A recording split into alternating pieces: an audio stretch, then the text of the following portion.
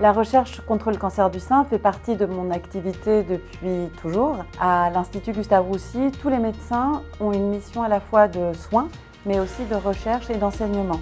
Et donc depuis 15 ans que je travaille là-bas, à la fois je me charge de femmes qui ont des cancers du sein, mais aussi de protocoles de recherche et d'études dans ce contexte. Le projet de recherche dont on parle aujourd'hui est une étude clinique d'acupuncture pour les patientes qui ont un cancer du sein et pour lesquelles on fait de la chimiothérapie. L'idée est de voir si l'acupuncture combinée à la chimiothérapie peut diminuer la fatigue et les symptômes, les complications de la chimiothérapie pour ces femmes.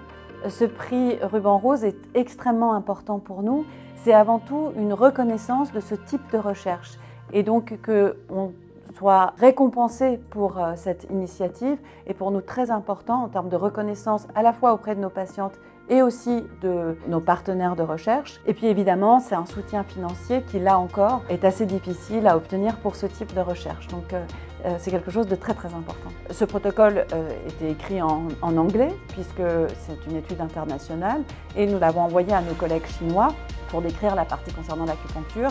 Et ils nous ont renvoyé 10 pages écrites en chinois décrivant la méthode d'acupuncture selon la médecine traditionnelle chinoise. C'est toute la problématique de cette médecine conventionnelle occidentale et comment elle essaye de parler à la médecine traditionnelle chinoise. On parle vraiment deux langues différentes et toute la difficulté, c'est de réussir à faire des ponts et à trouver la compréhension entre ces deux médecines, de même qu'on le fait pour notre protocole. Alors c'était plus simple, on a traduit le chinois en anglais. Et j'espère qu'on pourra traduire ces techniques aussi dans la langue de notre médecine conventionnelle.